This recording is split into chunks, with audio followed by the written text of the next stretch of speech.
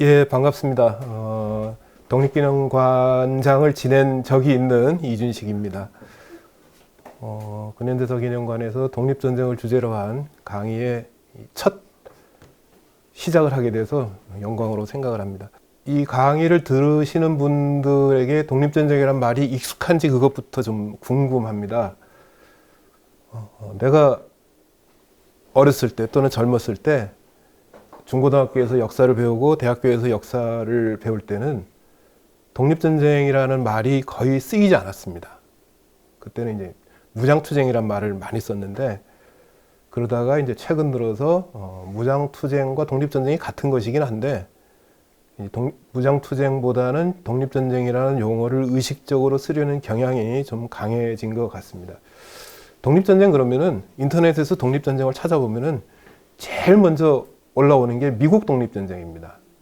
우리 어렸을 때부터 독립전쟁 그러면 미국 독립전쟁, 또는 터키 독립전쟁, 그리스 독립전쟁, 남미 여러 나라의 독립전쟁은 들어서 알고 있는데, 한국의 독립전쟁은 굉장히 생소한 그런 개념이었습니다.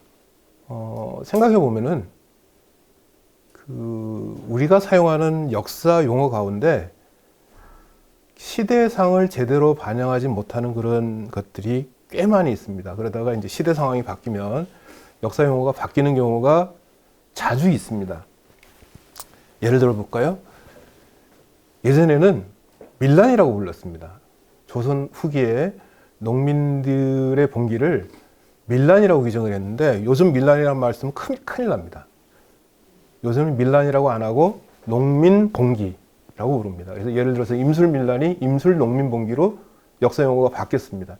란이라는 거는 지배자 입장에서 좀 지배자 입장을 반영하는 그런 용어라고 한다면은, 실제로 봉기에 참여한 사람들의 시각을 반영하는 용어로 바뀐 거죠. 그 다음에 예전에는 동학란이라고 불렀던 것도 요즘은 동학농민운동 또는 동학농민혁명이라고 부릅니다. 4.3 사건의 경우에는 예전에는 다 4.3 사건이라고 불렀는데, 지금은 공식 용어가 사건을 뺀 4.3으로 불립니다. 그리고 6.25 사변은 6.25 전쟁이란 말로 바뀌었고요. 4.19 학생이고도 저희 중고등학교 다닐 때는 4.19 의거라고 배웠는데, 지금은 4.19 혁명 또는 4월 혁명이라고 부릅니다. 부마 사태도 부마 민주항쟁이라는 용어로 바뀌었습니다. 광주 사태도 광주 민주화운동으로 바뀌었습니다. 이렇게 시대 상황이 바뀜에 따라서 역사 용어가 바뀌는 경우가 왕왕 있는데, 아까 말씀드린 것처럼 독립전쟁도 예전에는 무장투쟁이라고 불렀습니다. 무장투쟁은 어떻게 보면 독립운동의 한 방향이라는 점에서는 완전히 틀린 용어는 아닌데, 무장투쟁보다는 좀 더 무장투쟁의 성격을 잘 보여주는 게 독립전쟁이라고 할 수 있는데, 독립전쟁이라는 말이 잘 쓰이지 않다가 이제 최근 한 20년 사이에 자주 쓰이는 말로 바뀌었습니다. 독립전쟁은 사전에 찾아보면 이렇게 되어 있습니다. 다른 나라의 속박으로부터 벗어나 완전한 자주권을 갖기 위해 일으키는 전쟁이다. 말하자면 일제 식민 지배에서 벗어나서 우리 민족의 자주권을 되찾기 위해서 벌인 전쟁이 독립전쟁. 그게 한국의 독립전쟁입니다. 쉽게 얘기하면 1910년 강제병합을 전후해서 독립운동이 시작됐는데요. 이 독립운동의 방향에는 여러 가지가 있었습니다. 무장투쟁, 독립전쟁도 있었고, 의열투쟁, 대중투쟁, 외교운동, 실력양성운동, 문화운동, 임시정부 수립운동 등 다양한 방향이 있었는데, 이러한 다양한 독립운동의 방향 가운데 최고의 방향은 독립전쟁이란 말을 흔히 합니다. 독립전쟁은 우리 민족이 일제로부터 독립을 이루기 위해 독립군을 양성하는 한편, 독립을 이루는 데 필요한 정치적, 경제적 실력을 쌓았다가 미국과 일본 또는 중국과 일본 또는 러시아와 일본 사이에 전쟁이 일어나면 이를 기회로 일제를 상대로 전쟁을 일으켜 독립을 쟁취한다는 전략에 따라서 이루어진 일련의 활동을 모두 독립전쟁이라고 부릅니다.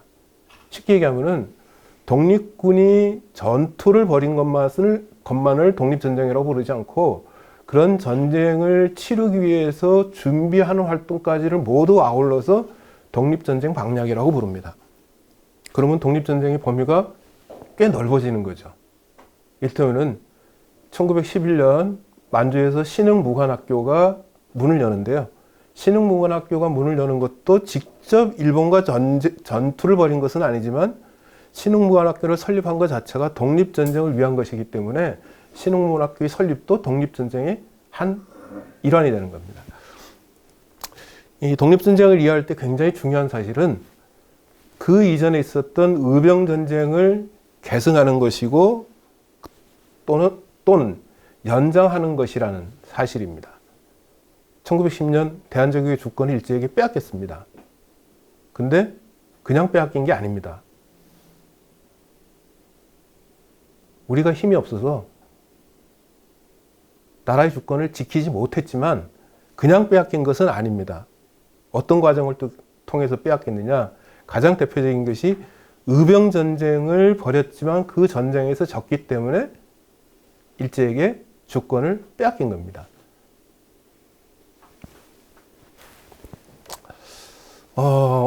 본격적으로 강의를 하기 앞서서 독립전쟁이라는 것이 당대에 어떤 의미를 갖고 있었는지를 보여주는 한 인물을 소개하도록 하겠습니다.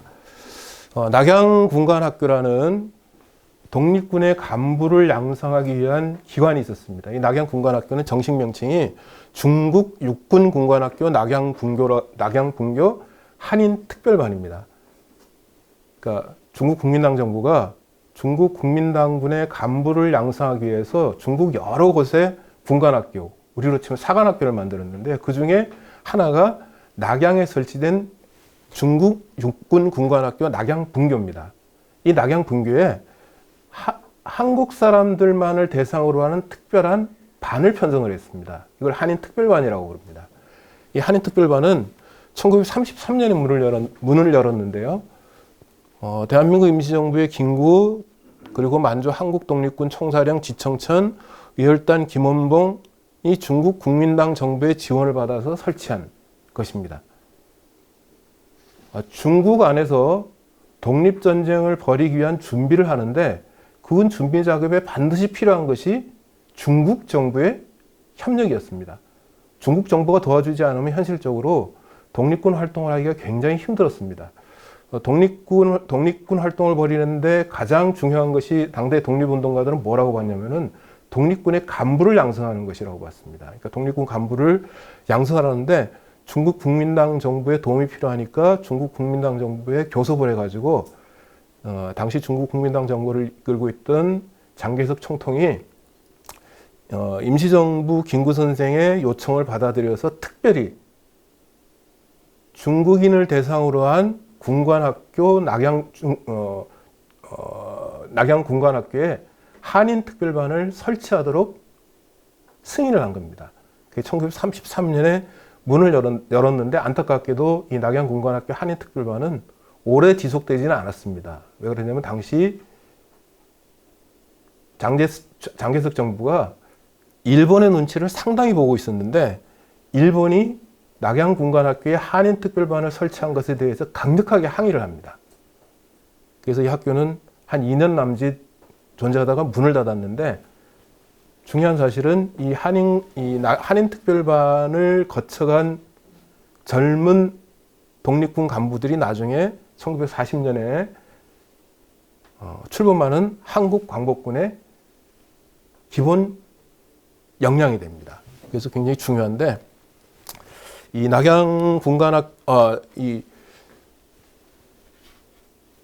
일본의 눈치를 보면서 이 한인특별반을 만들었기 때문에 한인특별반에 입학한 한인 학생들은 다 중국 이름을 썼습니다. 뭐 예를 들어서 이 나태섭이라는 분은 이 낙양군관학교 졸업생인데 한인특별반 졸업생인데 왕종량이라는 중국식 이름을 썼고요. 안중근 의사의 오촌 조카인 안춘생 지사도 이 낙양군관학교 한인특별반을 졸업했는데 왕형이라는 중국식 이름을 썼습니다. 그러니까 중국인으로 가장해서 한인특별반에 다니면서 독립군 간부가 되기 위한 교육을 받았다고 보면 됩니다. 중요한 것은 이 송몽규라는 인물입니다. 이름 익숙하십니까? 윤동주는 들어봤겠죠? 쉽게 얘기하면 요즘 말로 하면은 윤동주 시인의 멘토 같은 분입니다.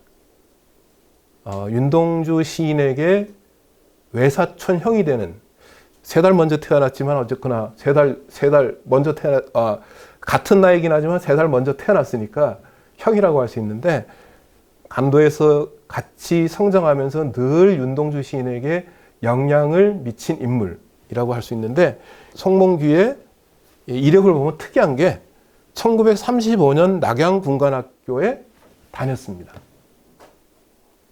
뭐 우리가 잘 아는 것처럼 윤동주 시인은 시로 유명한데 이 송몽규는 시보다는 이 연설이나 아니면 산문을 쓰는데 굉장히 능했다고 합니다. 근데 어쨌거나 윤동주 시인과 같이 성장한 송몽규라는 한 조선의 젊은이가 1935년에 낙양군관학교에 다니고 있었다는 겁니다. 낙양군관학교는 아까 말씀드린 것처럼 독립군 간부를 양성하기 위한 기관입니다. 그러니까 송몽규가 낙양군관학교에 다니고 있었다는 얘기는 다시 말해서 독립군 간부가 될 뜻을 갖고 있었다는 거죠. 그러니까 당시 조선의 젊은이들 가운데 상당수가 독립군이 되겠다는 의지를 갖고 있었습니다. 독립군이 돼서 일본과 독립전쟁을 벌이겠다는 의지를 갖고 있었습니다. 그것을 보여주는 한 인물이 윤동주 시인과 같이 늘 거론되는 송몽규라는 분입니다. 얼마 전에 동주라는 영화가 개봉이 됐는데요. 사실 제목은 동주지만 주인공은 송몽규라는 얘기도 있습니다. 이 영화 제작회사에서 쓴 영화 광고 카피인데요. 너는 시를 써라, 나는 총을 든다. 그러니까 너는 윤동주 시인을 가리킵니다. 그러니까 송몽규가 동생인 윤동주에게 너는 시를 써라, 나는 총을 들고 독립군이 되겠다. 라는 의지를 밝혔다는 그런 뜻이겠죠. 이 사진 속에 보면 저 뒤에 키가 큰 머리를 깎은 인물이 윤동주 시인이고요. 앞줄 가운데 안경을 쓴 인물이 송몽규 선생입니다. 그러니까 윤동주와 송몽규 얘기를 하는 것은 아까 다시 말씀드리지만 당대 조선의 젊은이들 가운데는 독립군이 되어서 독립전쟁을 벌이겠다는 의지를 갖고 있는 사람들이 결코 적지 않았다는 것을 강조하기 위해서입니다. 작년인 2020년은 대한민국 임시정부가 독립전쟁 원년을 선포한 지 조금 이따 다시 설명을 하겠습니다.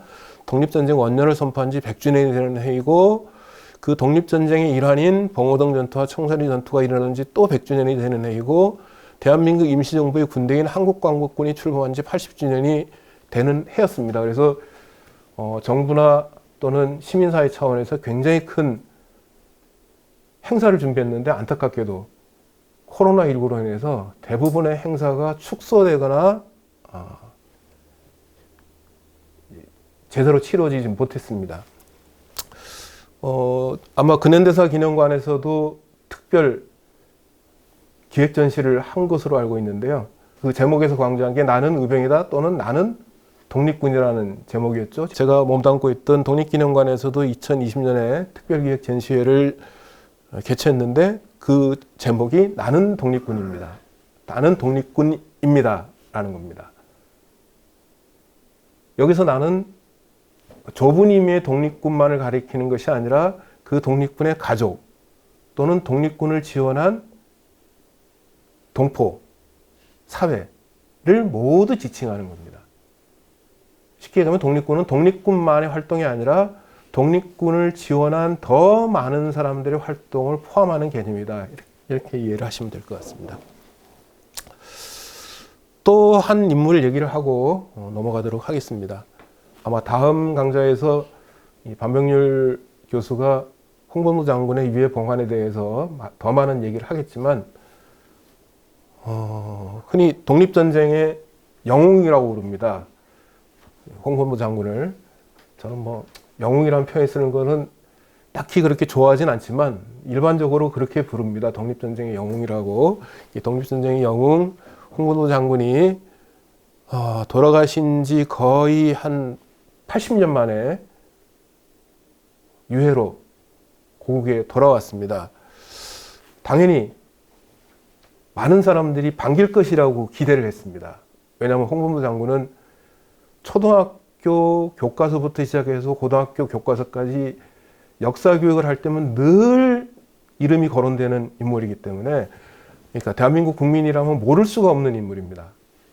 봉오동 전투의 주역, 청산리 전투의 주역, 홍보도 장군을 모두 다 기억을 할 것이고, 따라서 홍보도 장군의 유해가 봉환되는 것을 모든 국민이 환영할 것이라고 기대를 했는데, 안타깝게도 그 기대는 깨졌습니다.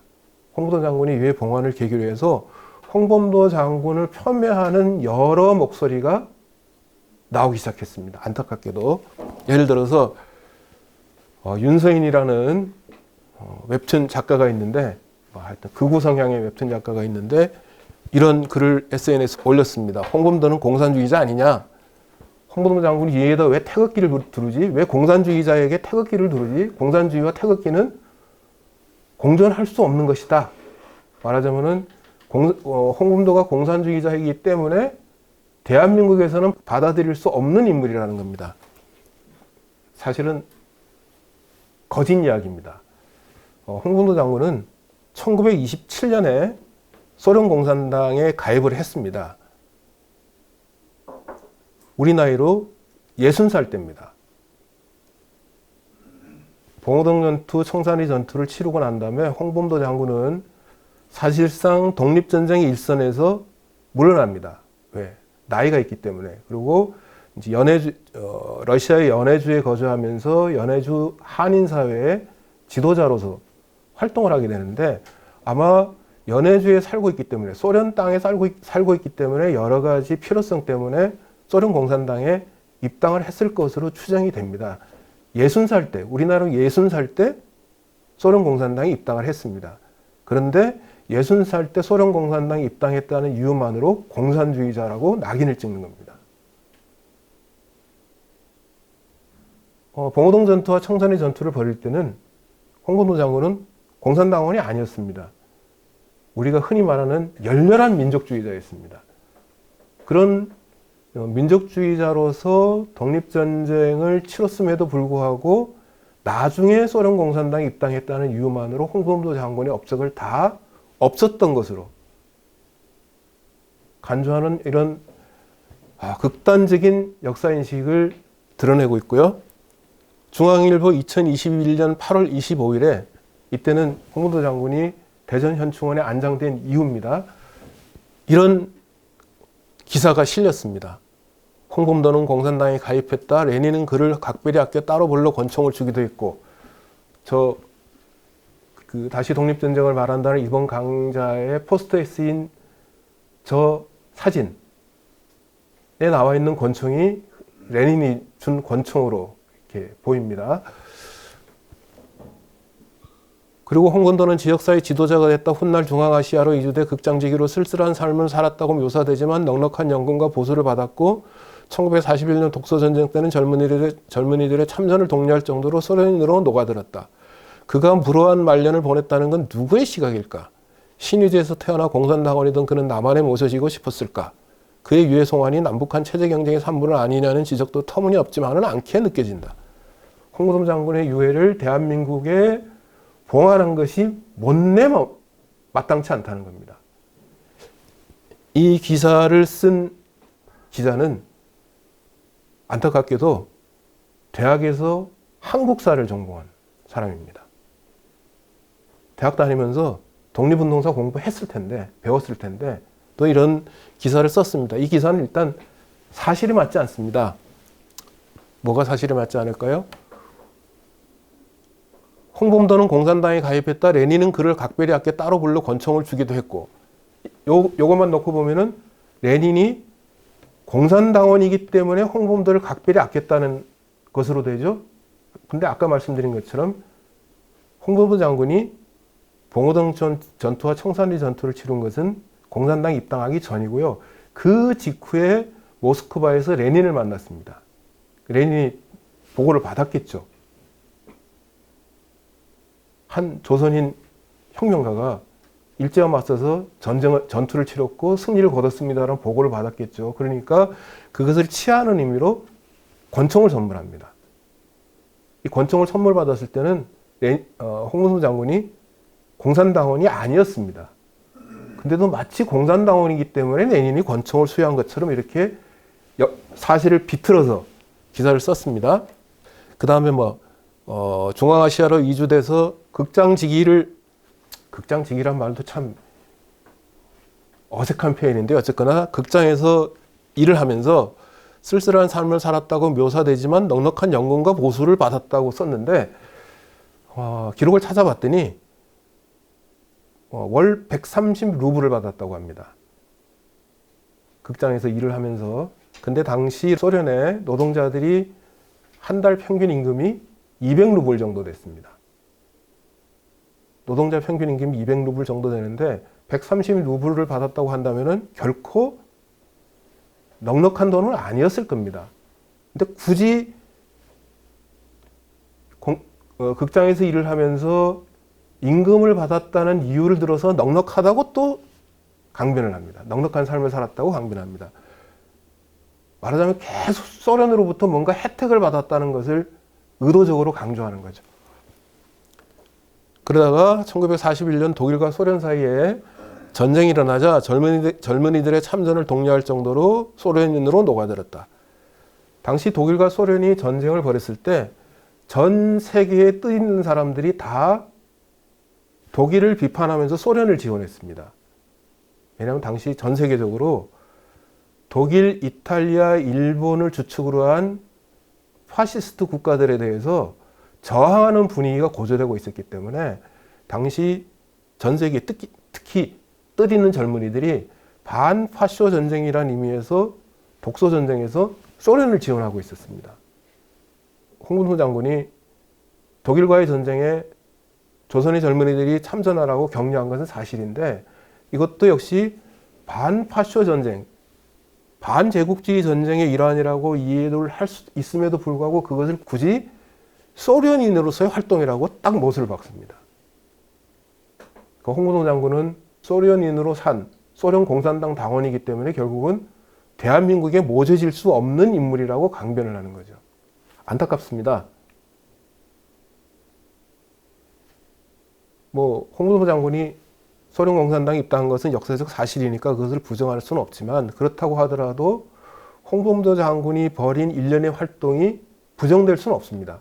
그럼에도 불구하고 홍범도 장군이 벌인 활동을 모두 부정하려는 아주 극단적인 역사인식이 한국의 대표적인 언론을 통해서 드러난 겁니다. 홍문도 장군의 소련 공산당 당원증인데요. 그 당원증에 들어있는 사진만 보더라도 완전히 늙었다는 사실을 알 수가 있습니다.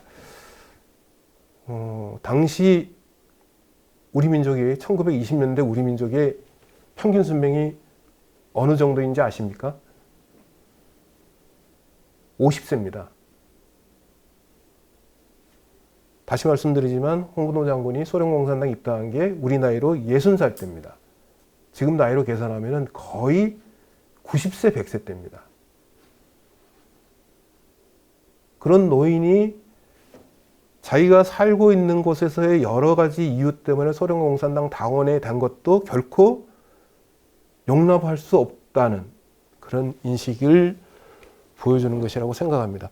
공산당원이라는 경력이 문제가 된다면 당원이 되기 전에 홍범도 장군이 이끈 봉오동 전투와 청산리 전투도 그러면 독립전쟁의 역사, 독립운동의 역사, 아니 우리 역사에서 과연 지워버려야 하는 것일까? 라는 의문이 됩니다. 제가 이런 말씀을 드리는 것은 지금 모두 얘기한 것처럼 지금은 독립전쟁이라는 말을 많이 쓰고 있는데 그럼에도 불구하고 우리 사회 일각에는 여전히 독립전쟁을 포함한 독립운동에 대해서 부정적인 시각으로 보는 경향이 아직도 남아있다는 겁니다. 윤석열 같은 인물이 대표적인 경우죠. 독립운동을 했다고 하는데 독립운동이 오늘날의 대한민국에 무슨 영향을 미쳤느냐. 대한민국은 독립운동과 아무 상관없다. 오히려 독립운동의 반대편에 있던 친일파가 오늘의 대한민국에 영향을 미쳤지 오늘의 대한민국을 만들었지 독립운동가들이 오늘의 대한민국을 만든 것은 아니다. 그러니까 독립운동 역사를 대한민국 역사에서 아예 지워버려야 된다는 아주 그런 극단적인 주장을 합니다. 홍범도 장군의 유해 봉안도 그런 극단적인 주장에 이용되었다는, 악용되었다는 그런 느낌을 지울 수가 없습니다. 이제 본 얘기로 들어가겠습니다. 아까 말씀드린 것처럼 독립전쟁은 의병전쟁을 계승했다고 했습니다. 이것도 역시 제가 그 중고등학교 또는 대학교에서 역사교육을 받을 때는 의병운동이라는 말로 많이 불렀습니다. 의병운동이라고 했습니다. 근데 지금은 의병운동이라는 말도 쓰지만 의병전쟁이라는 말을 더 많이 쓰는 경향이 있습니다. 의병전쟁이라는 말이 거의 공식적인 역사용어로 정착이 됐습니다. 의병전쟁은 전쟁의 의사를 결정할 의지와 능력을 결여한 대한제국 군주와 정부를 대신해서 의병이 일본과 전쟁을 벌였다는 의미를 갖습니다. 일제가 1904년 러일 전쟁을 전후해서 본격적으로 한반도를 강점하기 시작했는데, 그 이전에도 물론 한반도를 침략했지만 1904년 이후에는 본격적으로 한반도를 강점하기 시작했는데, 그런 일제의 한반도 강점에 맞서서, 일제의 침략에 맞서서 싸워야 되는데, 그걸 싸울 의지와 능력을 결여한 대한제국 정부나 군대를 대신해서 의병이 총을 들고 일본 군대와 맞서 싸웠다는 의미에서 의병전쟁이라고 부릅니다. 나중에 임시정부 대통령이 되는 박은식 선생이 한국 독립운동지 혈사라는 아주 귀중한 책을 썼는데요. 그 책에서 의병을 이렇게 규정을 합니다. 의병이란 민군, 즉 국가가 위급할 때 즉시 의로서 일어나 조정의 명령이나 징발을 기다리지 않고 종군의 적과 싸우는 사람이다. 그러니까 우리가 사용하는 의병이라는 말은 의용군이라는 의미를 갖습니다. 민이 자발적으로 군대를 조직해서 싸웠다는 그런 의미를 갖습니다. 의병은 활동 내용과 이념으로 봐서 대한제국 군대를 계승하고 나중에 독립군 또는 광복군으로 발전합니다. 특히 이제 의병 활동을 시기별로 구분을 하는데, 1907년 8월 대한제국 군대가 해산되고 난 이후에 의병들의 활동은 훨씬 더 전쟁으로서의 성격을 강하게 띄었다고 얘기를 합니다. 왜 그러냐? 그 의병의 활동을 보여주는 지도고요. 이 지도를 보여주는 이유는 간단합니다. 전국 방방곡곡 어디에서든지 의병의 활동이 일어났다는 겁니다. 저 한반도의 북쪽 함경북도부터 시작해서 한반도의 남쪽에 이르기까지 전국 어디서든지 의병이 일어났습니다. 그 가운데서도 의병이 제일 활발하게 활동한 것은 남부지방이었습니다. 특히 호남지방이 가장 활발하게 의병 활동이 이루어진 것입니다. 대한제국 군대가 1907년 8월에 일제에 의해서 강제로 해산이 되는데요. 이 군대 해산이 나중에 의병전쟁과 독립전쟁에 미친 영향이 지대합니다. 일제가 대한제국 군대를 강제로 해산한 다음에 해산된 군인들이 보이는 대응에 몇 가지가 있었습니다. 하나는 자정순국, 자결하는 겁니다. 다른 하나는 해산을 거부하고 바로 봉기하는 겁니다. 또 하나는 의병에 합류해서 의병전쟁의 주체가 되는 겁니다.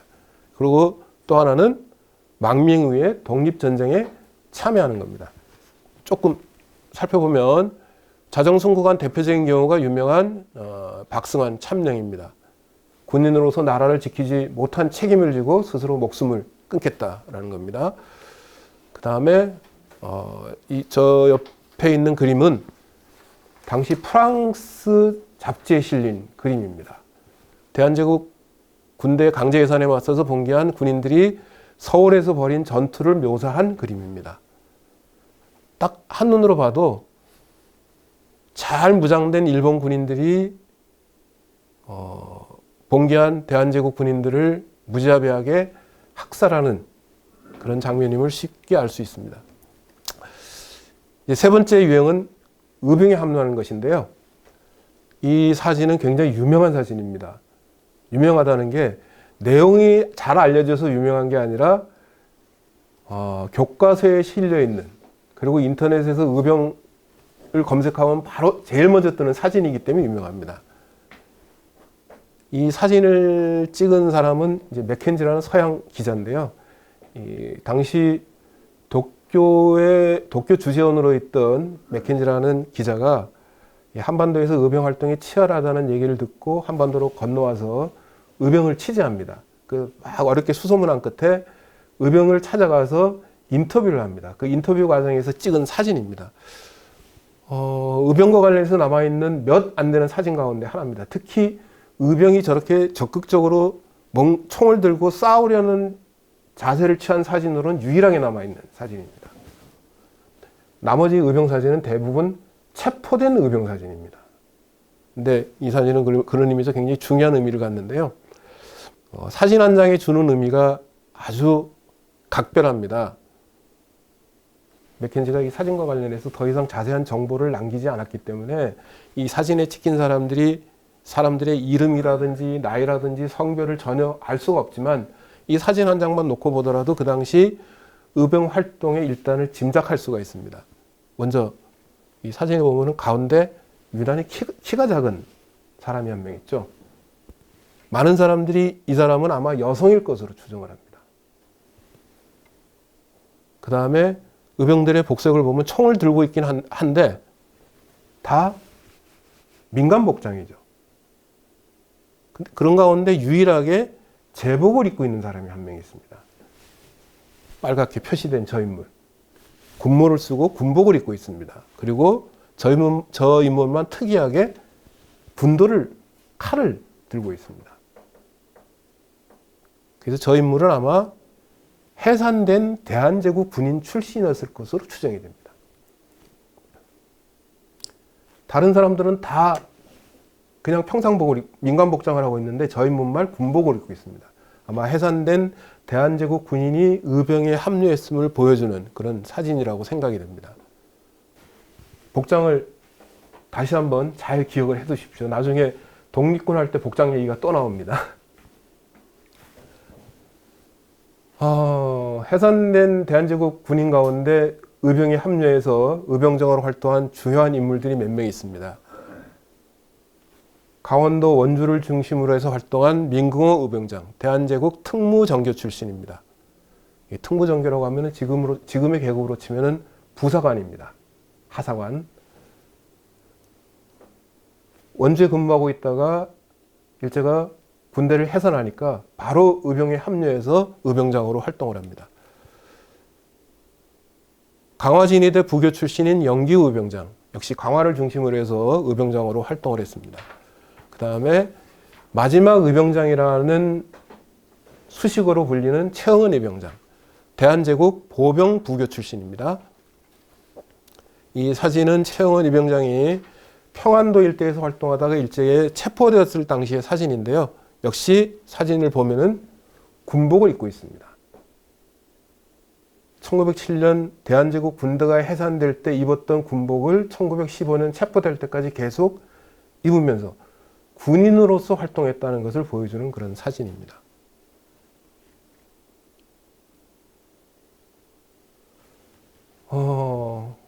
대한제국 군인들이 의병에 합류하면서 의병들의 기세가 한층 높아집니다. 치열하게 일제와 맞서 전쟁을 벌이는데 안타깝게도 의병전쟁에서 의병이 승리하지 못했습니다. 졌습니다. 숫자는 작으나 훨씬 더 좋은 무기로 무장한 일본 군대에게 의병이 졌습니다. 그래서 나라의 주권을 지키지 못하고 일제에게 빼앗기죠. 일제는 의병 활동이 치열하니까 이른바 토벌작전을 벌입니다. 당시 일제는 의병을 뭐라고 불렀냐면 폭도라고 불렀습니다. 폭도 토벌작전을 벌입니다. 1909년에 벌이는데 이 토벌작전이 집중적으로 전개된 곳이 아까 말씀드린 것처럼 의병 활동이 가장 활발하던 호남 지역입니다. 호남 지역에 대한 토벌작전을 벌입니다. 이 과정에서 수많은 사람들이 희생이 됩니다. 의병만 탄압한 것이 아니라 의병을 지원할 것으로 일제가 추측한 민간인들도 엄청난 희생을 치릅니다.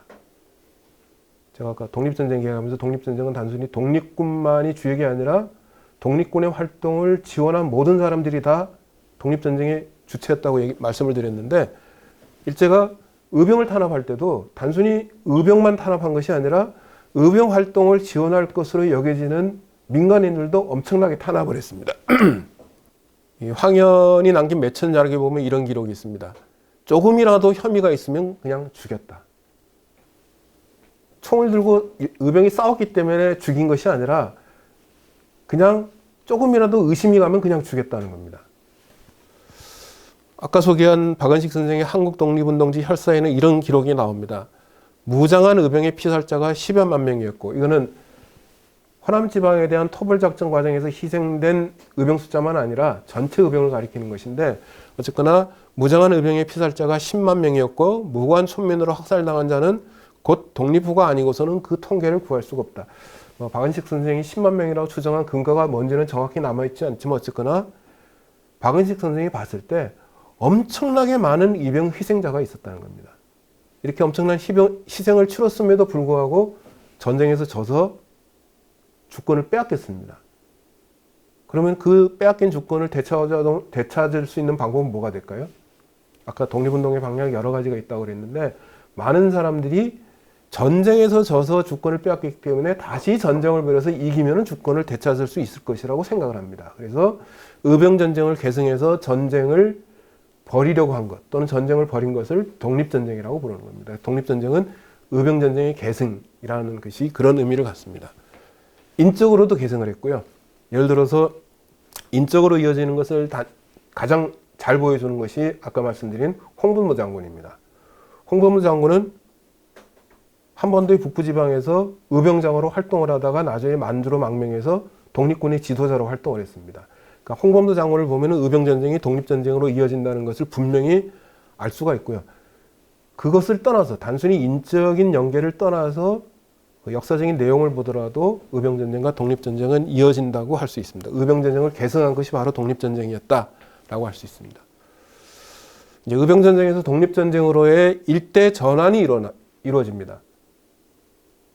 독립전쟁의 무대는 국내가 아니라 국외입니다. 의병전쟁에서 졌죠.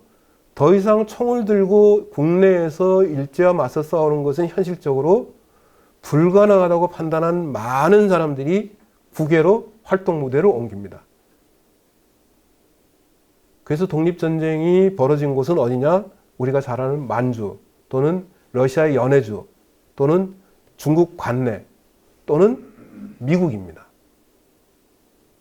독립전쟁을 벌이기 위한 준비 활동을 할 수 있는 곳, 또는 독립군을 꾸릴 수 있는 것이 바로 그런 곳이기 때문입니다. 국내에서는 독립군 활동을 하기가 힘들었습니다.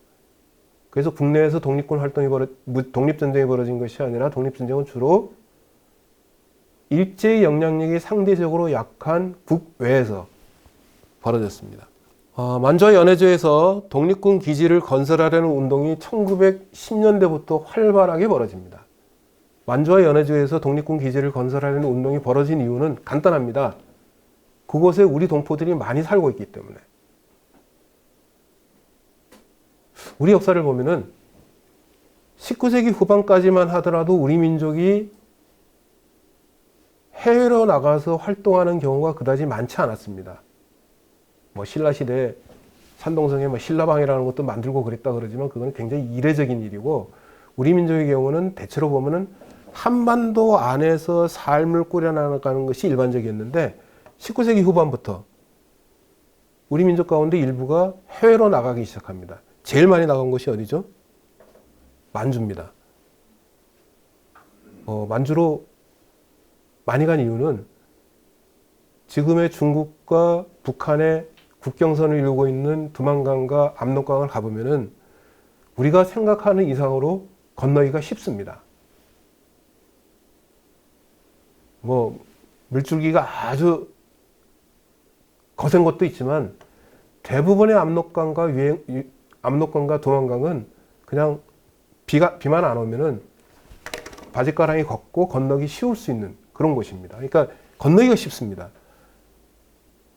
특히 함경북도에 거주하고 있는 사람들이, 함경북도는 농사짓기가 별로 좋은 곳이 아닌데 강만 건너면은 옥토가 있습니다.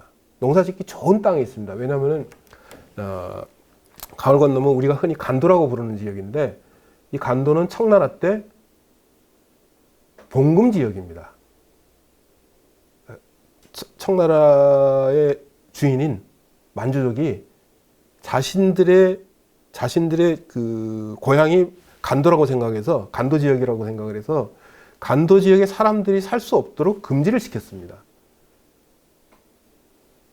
사람들이 많이 살지 않는 곳이었습니다. 근데 우리 함경북도의 농민들이 보니까 저렇게 좋은 땅을 놀려둘 수는 없다. 그래가지고 강을 건너서 농사를 짓고 가을에 추수를 한 다음에 다시 돌아오고 봄 되면은 건너가서 농사 짓고 가을 되면 다시 돌아오고 이런 일을 하다가 뭐 그럴 것 없이 그냥 아예 이주해서 농사를 짓자. 그래서 19세기 후반에 간도로 이주하는 농민들이 많이 늘어났습니다. 그리고 1910년 강제병합 이후에는 아예 망명을 가는 사람들도 늘어납니다. 외놈들이 통치하는 이 나라에서, 이 땅에서는 더 이상 살 수 없으니까 힘들더라도 만주로 가서 살자고 해서 만주로 건너가는 사람들이 많아집니다. 그래서 많을 때는 나중에 숫자가 많을 때는 뭐 200만 명의 동포들이 살 정도로 만주가 우리 동포가 많이 사는 지역이 됐습니다. 그러니까 만주는 어쨌거나 일본 땅은 아니죠. 그러니까 상대적으로 독립운동을 하기 좋은 여건입니다. 국내보다는 훨씬 더 여건이 좋습니다. 그래서 만주에서 독립운동이 활발하게 벌어지는데 독립군의 활동도, 독립전쟁도 만주를 주요 모델로 해서 벌어집니다. 우리 동포들이 많이 살고 있으니까 독립군을 확보하기가 쉽습니다. 나중에 다시 얘기를 하겠지만 독립전쟁을 벌이는 데는 몇 가지 필요한 요소가 있습니다. 제일 중요한 게 뭐겠습니까? 군인이 있어야 되죠.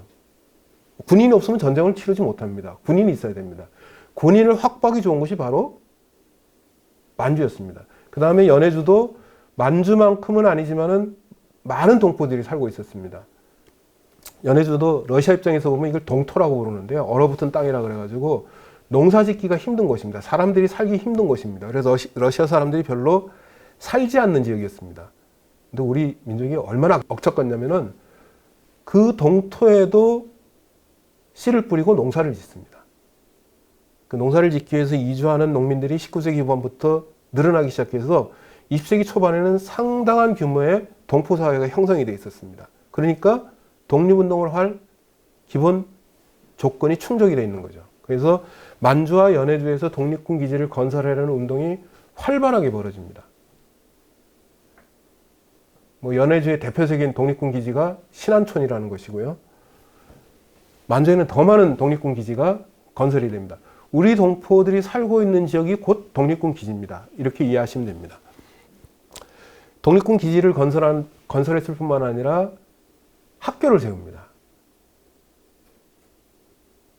그냥 학교가 아니라 그 중에 일부는 독립군 간부를 양성하기 위한 무관학교였습니다. 대표적인 게 1911년에 세워진 신흥무관학교입니다. 신흥무관학교뿐만 아니라 신흥무관학교와 비슷한 성격을 갖고 있는, 규모는 좀 작더라도 신흥무관학교와 같은 성격을 갖는 학교가 만주 곳곳에 세워집니다. 독립군 간부를 양성하겠다는 거죠. 의병전쟁에서 진 이유는 뭐 일제가 신식 무기로 잘 무장한 것도 있었지만 의병의 활동을 이끌 지도적 역량이 부족했기 때문이다. 그러니까 그 지도 역량을 육성하겠다는 뜻에서 무관학교를 많이 세웁니다. 1919년에 3.1운동이 일어나는데 3.1운동이 때 독립전쟁 역사에서 보면은 한 분수령이 됩니다. 좀 이따 다시 자세히 설명하겠습니다.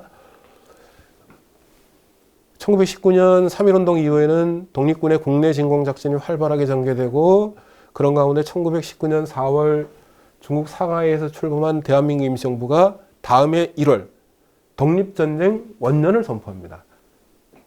독립전쟁이라는 용어를 정식으로 사용을 합니다.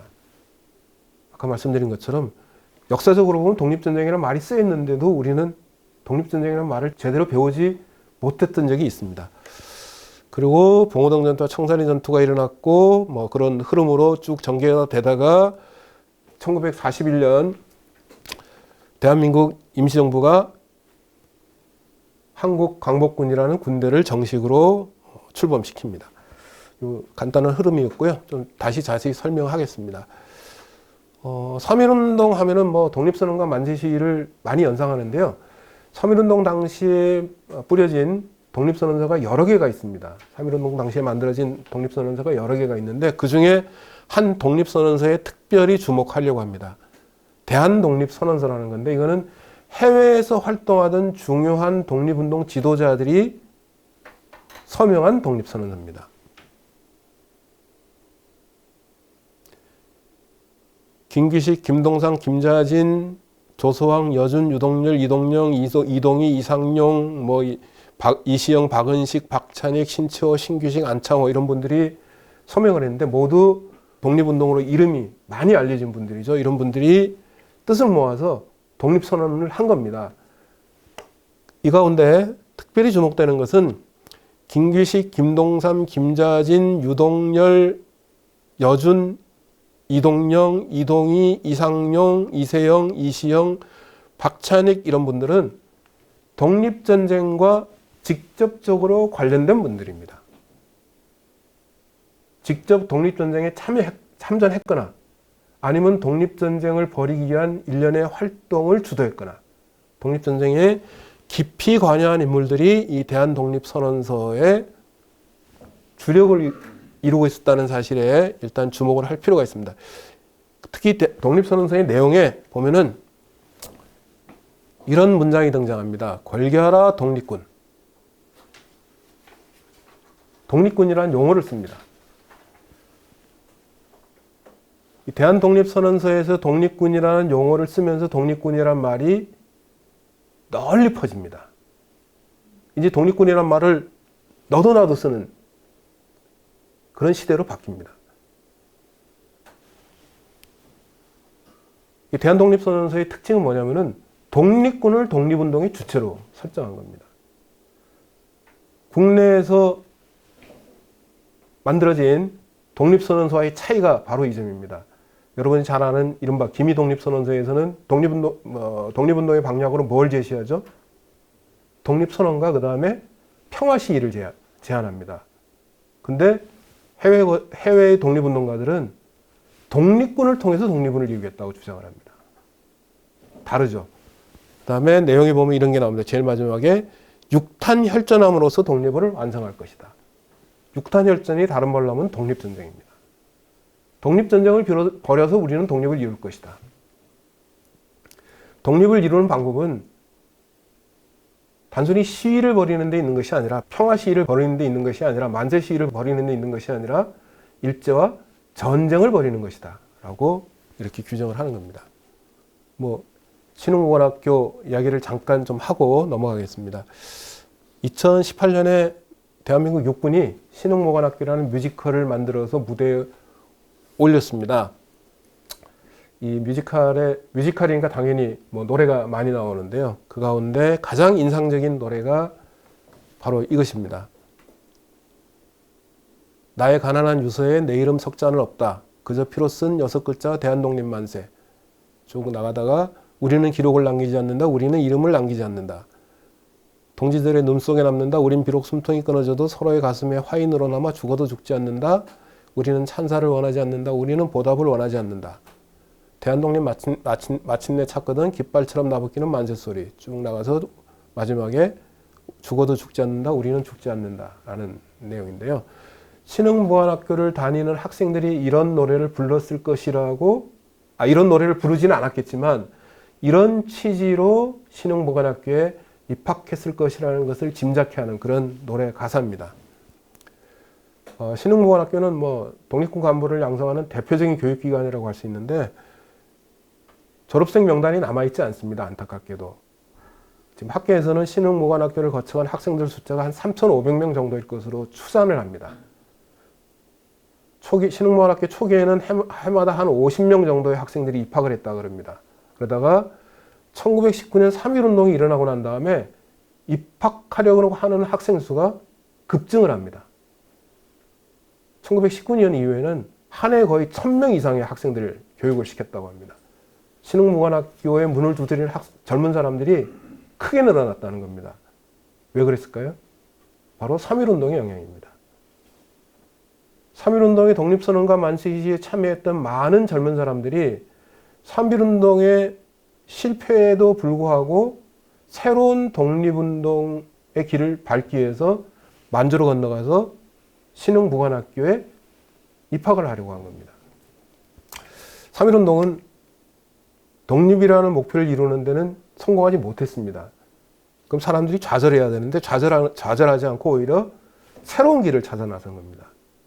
이제는 독립선언과 만세시기 가지고는 독립을 이룰 수 있는 게 아니구나 라고 생각을 하고 새로운 길을 찾습니다. 그 새로운 길 가운데 하나가 바로 독립전쟁에 참여하는 겁니다. 그래서 독립군이 되기 위해서 만주로 건너가는 젊은이들이 늘어나고 그 가운데 상당수가 신흥무관학교에 입학을 합니다. 근데 그 젊은이들의 명단을 우리가 일일이 확인할 수 없지만 3,500명 정도 되는데 민족문제연구소에서 신흥무관학교 기념사업회에 의뢰를 받아가지고 신흥무관학교 관련자들의 이름을 쭉 조사한 적이 있습니다.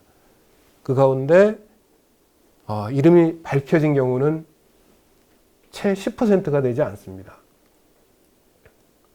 나머지 90%는 이름을 모릅니다. 굉장히 많은 사람들이 신흥무관학교의 문을 두드렸을 것으로 짐작이 되는데 그 가운데 기록이 남아있는 한 인물을 소개하겠습니다.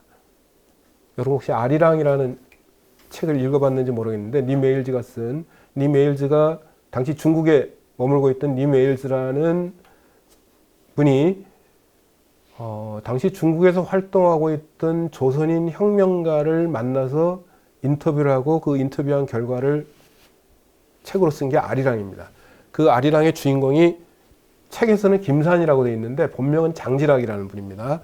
그 장지락의 회고를 보면은 이렇게 되어 있습니다. 마침내 목적지에 도착했다. 함야에 있는 조선독립군 공관학교 이 학교는 신흥학교라고 불렀다. 그 신흥무관학교가 학교를 여러 차례 옮기는데 그 중에 함야라는 곳에 있을 때 장지락이 소문을 듣고 물어 신흥무관학교를 찾아간 겁니다. 신흥학교를 찾아간 겁니다. 아주 신정한 이름이 아닌가. 하지만 내가 공관학교에 들어가려고 하자 사람들은 겨우 15살밖에 안 된 꼬마였던 나를 거들떠보지도 않았다. 최저 연령이 18살이었던 것이다. 신흥무관학교는 그냥 허접한 학교가 아니라는 겁니다. 입학 자격 요건이 있었고요. 그 입학 자격 요건을 충족시켰을 때 입학을 했습니다. 나이는 18살 이상입니다. 적어도 독립군 간부가 되기 위한 충분한 연령에 달한 사람들을 대상으로 해서 교육을 시켰다는 거죠. 근데 이 장지락이라는 분이 입학 자격이 안 된다는 사실을 알고 막 엉엉 우니까 대성통곡을 하니까 그것을 안타깝게 여겨서 특별히 입학 시험을 볼 자격을 부여했다. 그래서 신흥무관학교에 입학할 수 있었다는 겁니다. 당시 신흥무관학교는 두 코스를 운영했는데요. 하나는 장교반이었고 요즘 말로 하면 하나는 장교반이었고 하나는 부사관반이었습니다. 장지락은 속성반, 부사관반에 입학해서 빨리 졸업을 했습니다. 장교반은 좀 더 오래 교육을 시켰고요. 어쨌거나 장지락이 회고는 물어 신흥무관학교를 찾아가는 또는 신흥무관학교 외에 다른 무관학교가 될 수도 있습니다. 무관학교를 찾아가는 독립군 간부가 되기 위해서 군사교육을 받겠다고 생각하는 젊은이들이 당시에 굉장히 많았음을 보여줍니다. 소문을 듣고 찾아가는 겁니다. 만주 어디 가면은 독립군 간부를 양성하는 학교가 있대. 그리고 소문을 듣고 물어 찾아가는 겁니다. 그리고 마침내 도착했다. 중간에 일제에게 체포되지 않고 중국 관원에게 체포되지 않고 마침내 도착해서 이제 독립군 간부가 되기 위한 교육을 받게 되었다는 기쁨이 이 회고에 담겨 있습니다. 3.1운동 이후에 실제로 독립군의 활동이 활발해집니다. 그 이전에도 독립군의 활동이 없었던 것은 아닌데 그 이전에는 주로 독립군 기지를 건설한다든지 독립군 간부를 양성하기 위한 교육 활동에 중점이 주어졌다면 3.1운동 이후에는 독립군이 되기 위해서 찾아오는 사람들이 많아지고 그러면서 독립군의 규모가 커지고 그러면서 독립군의 활동이 크게 바뀝니다. 어떻게 바뀌느냐? 일제에 맞서서 직접 전투를 벌이기 시작합니다. 그 가운데 가장 대표적인 사례가 국내 진공작전인데 좀 이따 이제 다시 자세히 설명하기로 하고요. 실제로 3.1운동 직후 만주 주요 독립군의 현황을 보면은 일제는 이게 일제 기록에 따른 겁니다. 일제가 이제 서간도, 북간도를 나눠서 이제 파악을 했는데 먼저 서간도, 북간도를 말씀드리자면은 우리가 흔히 간도라고 부르는 게 북간도입니다. 두만강 건너편에 있는 지금의 연변 조선족 자치주에 해당되는 일대를 흔히 간도라고 부르는데 그 간도 가운데서도 북간도라고 부릅니다. 서간도는 이 중국 동북지방에 있는 삼성 가운데 길림성의 끝자락, 그러니까 백두산을 기점으로 해서 약간 서쪽에 있는 지역을 흔히 서간도라고 부릅니다.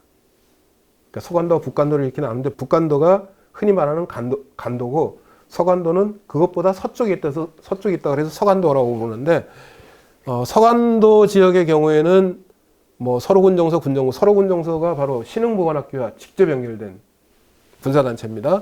서로군정서, 군정서에는 신흥보관학교 교성대 한 300명 정도가 있었고 대한독립단 1,500명, 뭐 태극단 2-3,000명, 백산무사단 6,000명. 저거는 조금 과장인 것 같습니다. 6,000명 정도의 독립군을 거느린 경우는 없었을 것 같은데 어쨌거나 일제가 파악하기로는 백산무사단은 6,000명, 그 다음에 무장단, 광복단, 청년단은 각각 단원 1,800명. 일제가 밀정을 보내가지고 파악한 독립군의 규모입니다. 이 숫자가 정확하진 않다고 하더라도 상당한 규모의 부대원들을 확보한 독립군이 서간도 일대에서 활동하고 있었음을 짐작할 수 있습니다. 그 다음에 북간도. 북간도 지역이 독립군의 규모는 더 컸을 것으로 짐작이 됩니다. 왜냐하면 서간도는 상대적으로 우리 동포 사회가 발달하지 않은 곳이고요. 동포들이 상대적으로 적게 사는 곳이고 북간도 지역이 훨씬 더 동포들이 많이 사는 곳이었습니다. 그러니까 독립군을 꾸리기가 훨씬 유리한 조건이었을 것으로 짐작이 되는데 어쨌거나 북간도 지역은 북로군정서가 1,200명, 홍범도 장군이 이끄는 대한독립군이 한 500명을 비롯해서 이런 규모의 독립군 부대가 활동을 하고 있었다. 굉장히 많은 독립군 부대가 있었고 그 독립군 부대는 규모가 조금 다르긴 하지만 많은 경우에는 1,000명 이상, 적을 경우에는 몇백 명 단위의 부대원들을 이끌고 활동을 하고 있었다는 얘기입니다. 이런 독립군 부대가 1919년 이후에 활발하게 벌인 독립전쟁의 양상이 뭐냐면은 국내 진공작전이라고 합니다. 국내로 들어와서 작전을 펼치는 겁니다. 1919년 3월 이전에는 독립군이 국내에 들어와서 활동하는 게 그렇게 흔하진 않았습니다.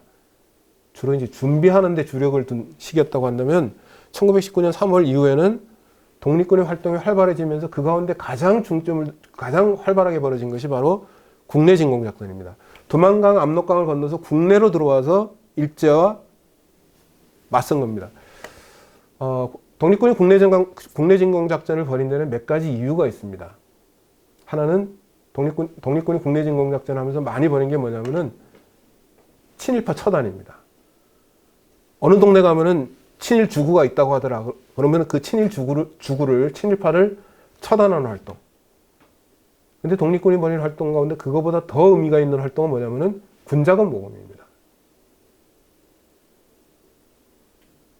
그 독립군 활동을 할 때, 독립전쟁을 벌일 때 가장 중요한 게 사실은 군자금을 모으는 거였습니다. 아까 뭐 독립군 활동하기 위해서는 사람이 필요하다고 그랬죠. 사람만 있어서 독립전쟁을 벌일 수 있는 건 아니죠. 전쟁을 벌이기 위해서 뭐가 필요합니까? 무기가 필요합니다. 무기가 필요합니다. 의병들이 하듯이 화승총 가지고 일제와 맞서 싸울 수는 없습니다. 신식 무기를 가져야 됩니다. 일본 군대가 갖고 있는 화력에 못지않은 화력으로 독립군을 무장시킬 필요가 있습니다. 어떻게 무장을 하죠? 방법은 두 가지가 있습니다. 하나는 무기를 사는 방식.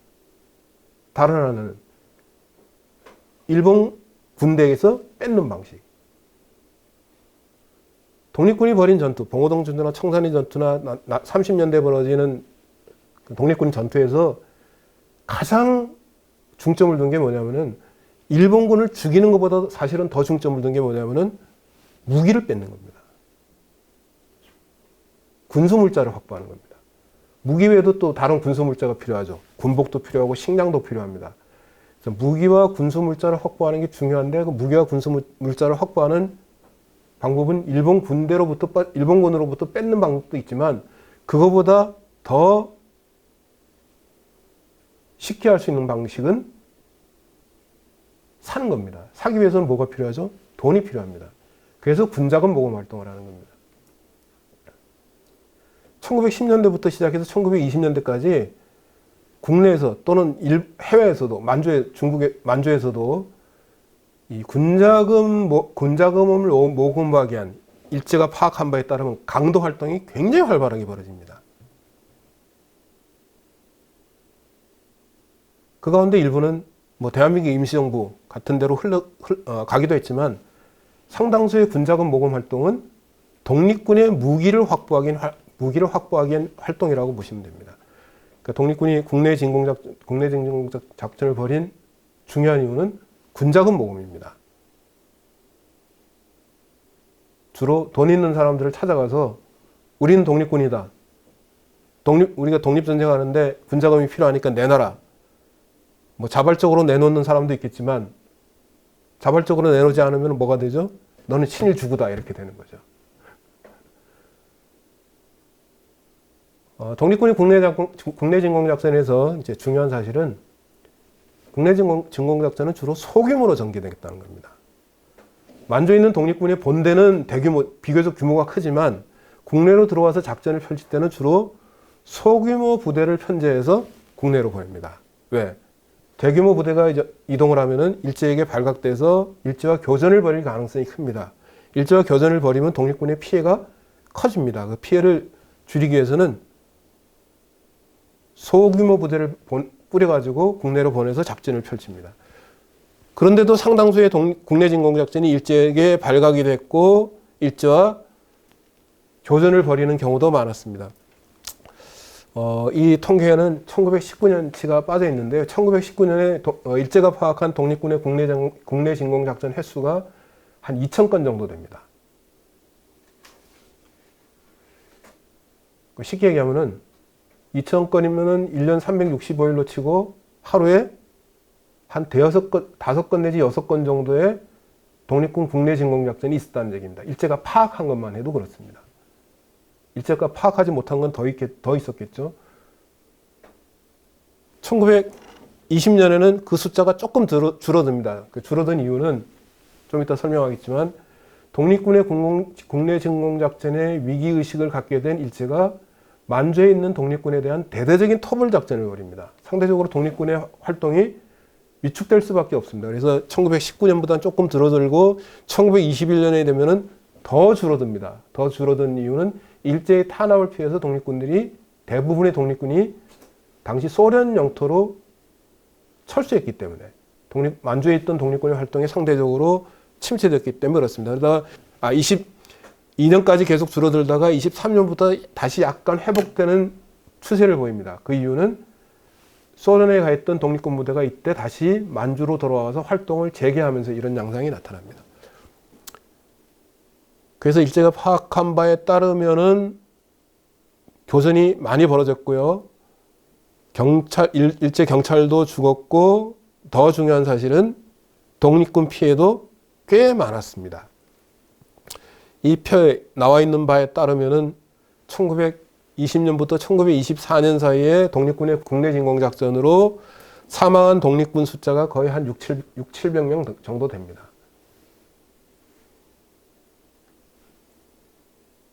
일제보다 피해 규모는 더 큽니다.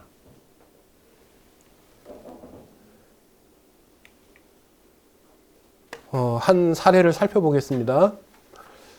광정단이라는 독립군 부대인데요. 1922년에 창립이 됐습니다. 그리고 1924년에 나중에 보게 될 만주 삼부 가운데 하나인 정입으로 합류하는 그런 독립군 부대인데요. 이 광정단의 결사대원들이 국내 진공작전을 벌이다가 일부는 사망하고 일부는 일제에게 체포가 됩니다. 그 체포된 세 사람의 이름이 판결문을 통해서 확인이 되는데요. 김서운, 김창일, 한진술 세 사람입니다. 이 가운데 김서운은 무기징역형을 받고 옥에 갇혀 있다가 순국했고요. 김창일 무기징역, 한진술 무기징역입니다. 일제가 당시 독립군의 국내 진공작전에 대해서 어느 정도 엄하게 탄압을 했는지를 보여주는 건데요. 국내 진공작전을 했다는 이유만으로 무기징역형입니다. 밑에 사진은 체포된 김서운과 김창일의 사진입니다. 이름까지 적혀 있죠. 독립군이 이렇게 이름을 받고 국내에 들어온 것은 아니고 일제에게 체포된 다음에 일제가 붙인 이름입니다. 자, 이 사진을 보면은 많은 걸 알 수 있습니다. 하나는 군복을 입고 있습니다.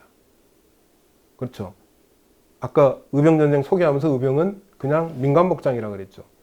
독립군은 어쨌거나 군복을 입고 있습니다. 모두 똑같은 군복을 입고 있습니다. 그 다음에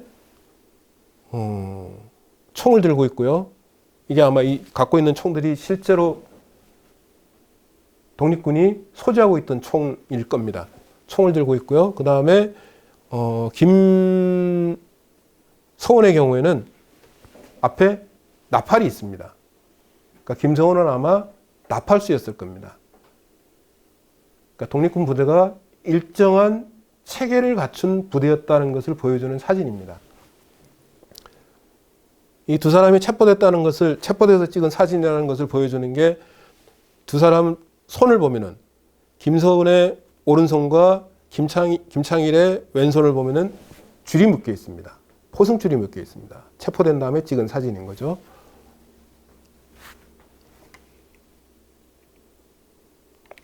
또 다른 사진도 있습니다. 역시 같은 광정단 결사대원의 사진인데요. 저 사진 가운데 보면 삼수경찰서 영동경찰관 주소서라고 되어 있습니다.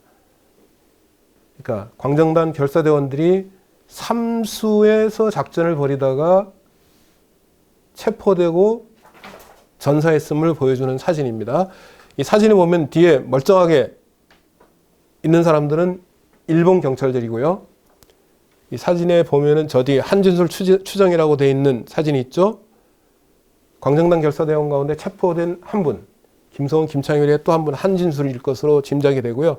한진술이 뭘 들고 있죠? 뭘 들고 있습니까? 태극기입니다. 독립군 부대가 국내 진공작전을 할 때 태극기를 소지하고 왔음을 보여주는 사진이고요. 그 옆에는 한진술은 이렇게 앉아서 체포돼서 앉아 있는데 그 옆에 보면은 누워있는 독립군 부대원들이 보입니다. 보이시죠? 누워있는 독립군 부대는 전사한 독립군인 것으로 짐작이 됩니다. 이 사진도 많은 것을 보여줍니다. 오른쪽에 있는 사진 저 뒤에는 일제 경찰입니다. 그 앞에 백의를 입고 머리에 상투를 튼 사람들은 그런 일제 경찰을 도와주는 조선 사람들이었을 겁니다. 그리고 앞에는 전사하거나 체포된 독립군 부대원들이 있습니다. 안타깝게도 김서운, 김창일, 한진술 세 분은 체포되어서 재판을 받았기 때문에 우리가 이름을 확인하는데 전사에서 저렇게 누워있는 독립군 부대원의 경우에는 이름을 알 수가 없습니다. 오경이라는 분이 1929년 8월 23일 동아일보에 이런 기사를 썼습니다. 압록강상 이천리. 압록강을 중심으로 해서 압록강의 북쪽, 주로 연영성과 길림성 일부인데요. 압록강성 북쪽과 압록강의 남쪽, 평안북도입니다. 그 일대를 취재한 기사인데요. 이 기사 가운데 굉장히 흥미로운 내용이 있습니다. 1920년과 1927년 사이에 평안북도 지역에서 작전 중에 전사 순국한 독립군이 모두 414명이다. 일제가 파악한 겁니다. 주로 일제로부터 정보를 얻어서 기사를 썼을 테니까요. 414명이 전사했다. 그 다음에 압록강 대항 만주 지역에서 순국한 독립군 부대원이 424명이다. 합하면 몇 명입니까? 800명이 넘습니다. 평안북도 지역 작전 중에 체포된 사람들이 4,228명이고 압록강 대학 만주에서 피체된 사람들이 4,400명이다. 합하면은 8,600명입니다. 독립군 부대의 활동과 관련해서 전사한 독립군이 800명 이상이고 체포된 독립군 부대원 또는 독립군을 지원했을 것으로 여겨지는 관계자들이 8,000명 이상입니다. 당시 독립군의 규모가 어느 정도였는지, 일제가 어느 정도 기를 쓰고 탄압하려고 했는지를 보여주는 그런 기사입니다.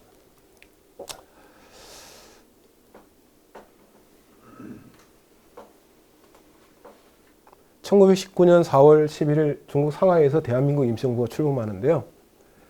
대한민국 임시정부는 출범하자마자 독립전쟁을 벌이겠다는 방침에 대한 치열한 논의를 벌입니다. 당시 임시정부는 세 세력이 연합하고 있었다고 흔히 얘기를 하는데, 하나는 외교운동 노선을 중시하는 이승만 세력, 하나는 실력 양성을 중시하는 안창호 세력, 하나는 즉각적인 독립전쟁을 주장하는 이동희 세력. 이 세 세력이 연합해가지고 임시정부를 구성했다고 흔히 얘기를 하는데요. 이 가운데 이동희 세력은 바로 일본과 전쟁을 벌여야 된다는 입장이고, 안창호 세력은 일본과 전쟁을 벌이는 원칙에는 동의하지만 바로 전쟁을 벌일 것이 아니라 우리가 실력을 쌓은 다음에 전쟁을 벌여야 된다는 입장이고, 이승만 세력은 독립전쟁에 대해서 굉장히 부정적이었습니다. 독립전쟁은 오히려 외교를 통한 독립을 방해만 하지 독립을 이루는데 별로 도움이 안 된다는 그런 입장이었는데, 어쨌거나 안창호, 이동희 세력이 독립전쟁 노선에 대해서 원칙적으로 동의를 했기 때문에 1920년 1월에 임시정부가 독립전쟁 원년을 선포합니다.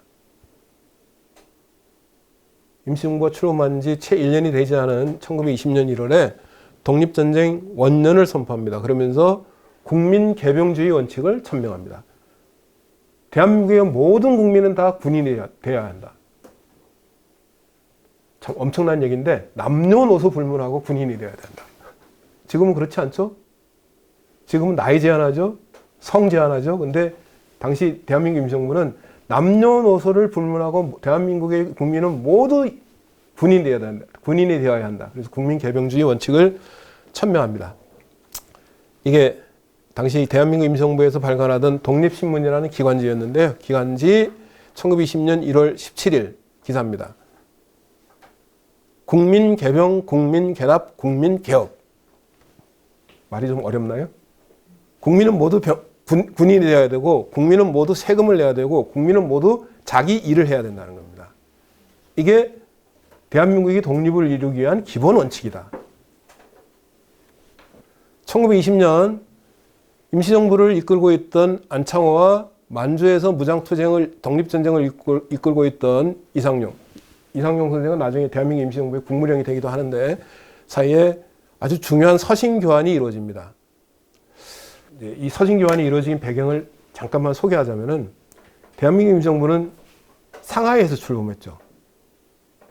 상하이가 굉장히 중요한 독립운동의 거점이었는데, 상하이는 결정적인 약점을 갖고 있었습니다. 어떤 약점이었을까요? 상하이는 독립운동을 벌이기에 굉장히 아주 중요한 유리한 여건을 갖추고 있었는데, 그런 유리한 여건에도 불구하고 상대적으로 불리한 조건도 하나 있었습니다. 뭐겠습니까? 상하이에 거주하는 우리 동포의 규모가 작았습니다.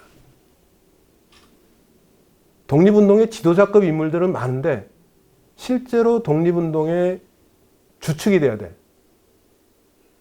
동포들이 많이 살지 않았습니다.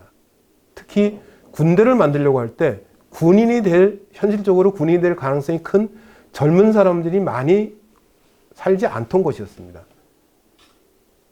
당시 독립전쟁을 주장하던 사람들은 독립운동의 중요한 근거지가 만주가 되어야 한다고 주장을 했습니다. 왜? 만주에는 동포 사회가 발달되어 있었기 때문에 군대를 만들기에 굉장히 유리하다는 겁니다. 독립운동의 최고의 방향이 독립전쟁이라고 했을 때 독립전쟁을 벌이는데 가장 유리한 여건을 갖춘 곳은 만주다. 그러니까 임시정부가 만들어지더라도 만주에서 만들어야 된다고, 만주에서 출범해야 된다고 주장을 했습니다. 근데 현실적으로 대한민국 임시정부는 상하이에서 출범했죠.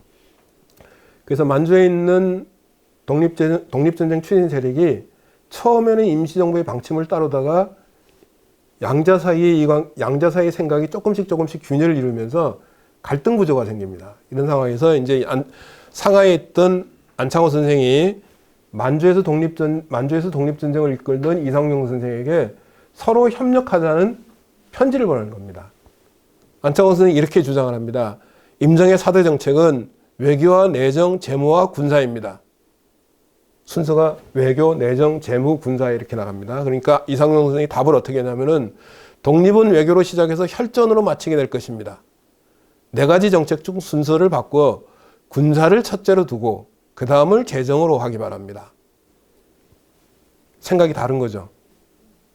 임시정부도 군사정책을 추진하긴 했지만 군사정책이 최우선 정책은 아니었습니다. 근데 만주에 있는 독립전쟁 지도자들은 군사정책이 가장 중요하다고 얘기한 겁니다. 그러니까 만주는 독립전쟁을 벌이기 위해 유리한 여건을 갖고 있습니다. 동포들이 많이 살고 있었기 때문에. 상하이는 외교운동을 벌이기에는 굉장히 유리한 여건을 갖고 있지만 상대적으로 독립전쟁을 벌이는 데는 여건이 좋지 않았습니다. 그럼에도 불구하고 임시정부는 어쨌거나 초기부터 군사정책에 대한 일정한 방침을 가지고 독립전쟁을 벌이겠다는 뜻을 밝힙니다. 그래서 1920년 1월에 독립전쟁 원년을 선포했는데 독립전쟁을 선포했음에도 불구하고 현실적으로 독립전쟁을 벌일 만한 역량이 되지 않았습니다. 임시정부가 초기에 그래서 사관학교도 만듭니다. 독립군의 간부를 양성하기 위한 사관학교도 만드는데 사관학교도 1기와 2기 졸업생을 배출하고 난 다음에 문을 닫고요. 다시 앞으로 돌아가서 1920년 2월에는 대한민국 육군, 당시는 군대라 그러면 다 육군이었습니다. 대한민국 육군 임시군구제를 공포하는데 이 어디가 군구에 포함되어 있냐면 서간도, 북간도, 강동입니다. 강동은 노령 연해주를 가리킵니다. 임시정부가 군구를 선포하는데 군구는 모두 만주와 연해주입니다.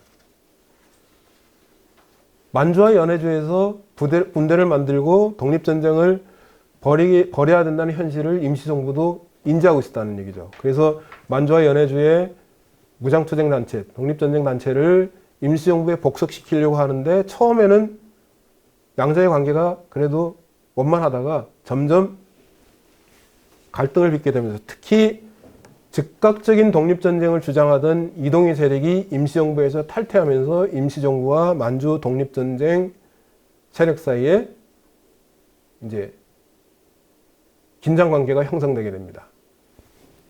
어쨌거나 이런 과정을 거쳤고요. 그런 가운데 특이한 것은 임시정부가 1924년에 만주에서 만들어진 독립전쟁 단체인 참의부를 임시정부 직할기관으로 지정을 합니다. 그래서 참의부의 명칭이 육군주만 참의부가 됩니다. 대한민국 임시정부 육군의 주만 참의부가 됩니다. 특이한 것은 임시정부는 1920년 2월 미국 캘리포니아주에 비행학교를 만들었습니다. 윌로스 비행학교라고 그러는데요. 지금은 터만 남아있는 곳이지만 당시 캘리포니아주에서 농장을 해가지고 큰 돈을 번 김종림이라는 사람이 돈을 시사해가지고 비행학교를 만들었습니다. 당시 임시정부 국무부장, 지금으로 치면 국방부 장관인 노병린 장군이 앞으로의 전쟁은 하늘을 장악하는 자가 이긴다. 제공권을 장악하는 자가 이긴다. 그래서 요즘으로 치면 공군이죠. 공군을 양성하겠다는 뜻을 갖고 비행학교를 개설합니다. 그래서 비행학교 졸업생 가운데 2명을 임시정부의 장교로 임관하기도 했습니다. 이런 활동을 벌이지만 다시 말하지만 임시정부가 독립전쟁을 바로 추진하기에는 여러 가지 여건이 좋지 않아서 임시정부가 본격적으로 독립전쟁에 착수한 것은 1940년대 이후입니다. 이건 나중에 설명하겠습니다. 대한민국 임시정부 군무부 포고 제1호 대한민국 2년 1월에 국무총장 노병린 이름으로 발표된 건데 여기 보면 이렇게 되어 있습니다. 충용한 대한의 남녀여, 남녀가 나오죠. 여성도 독립군이 돼야 된다고, 여성도 독립전쟁에 참여해야 된다고 본 겁니다. 혈전의 때 광복의 추가 왔다. 그 다음에 쭉 나가서 철과 혈로서 조국을 살릴 때가 이때가 아닌가. 근무는 전투의 기초인 군인의 양성과 군대의 편성이라 너도 나와 대한민국의 군인이 되며 나도 나가 대한민국의 군인이 되어 2천만 남녀는 1인까지 조직적으로 통일적으로 광복군 대기를 서심 단행할지어다. 그래서 임시정부의 군대를 광복군으로 명명했고요. 이 광복군이 실제로 만들어지는 것은 20년 뒤의 일입니다. 굉장히 특이한 게 2천만 남녀, 우리 동포, 우리 민족 모두가 다 군인이 되어야 된다고 주장한 겁니다. 군인이 되는 데는 남녀노소의 차이가 없다. 임시정부가 독립선언 원년을 선포한 지 반년도 채 지나지 않아서 만주에서는 홍범도 장군이 이끄는 홍범도 등의 독립전쟁 지도자들이 이끄는 독립군 연합부대와 일본 육군 제19사단 야스카와 부대 사이에 전투가 벌어집니다. 유명한 봉오동 전투입니다.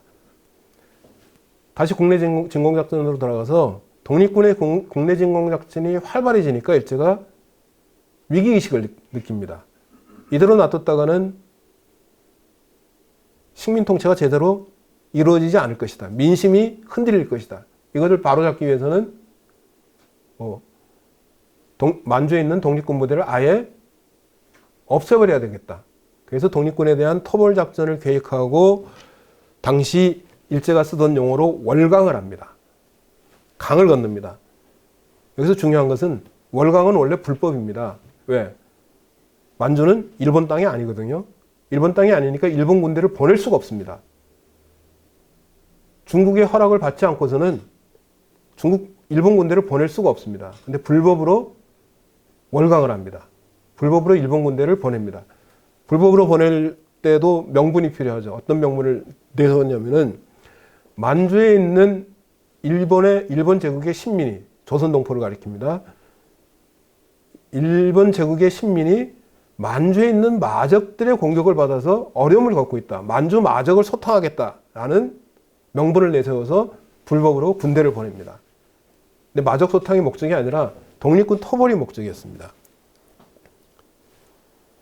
당시 일본 군대는 지휘자의 이름을 따가지고 부대 이름을 정하는 게 관례였습니다. 그래서 야스카와라는 일본군 중자가 이끄는 부대가 편성이 돼가지고 독립군에 대한 토벌 작전을 벌이는 과정에서 독립군이 매복 역수를 벌여서 큰 승리를 거둔 것이 바로 봉오동 전투입니다. 의병전쟁에서 의병이 패배한 이후에 독립군이 거둔 최초의 공식적인 승리입니다.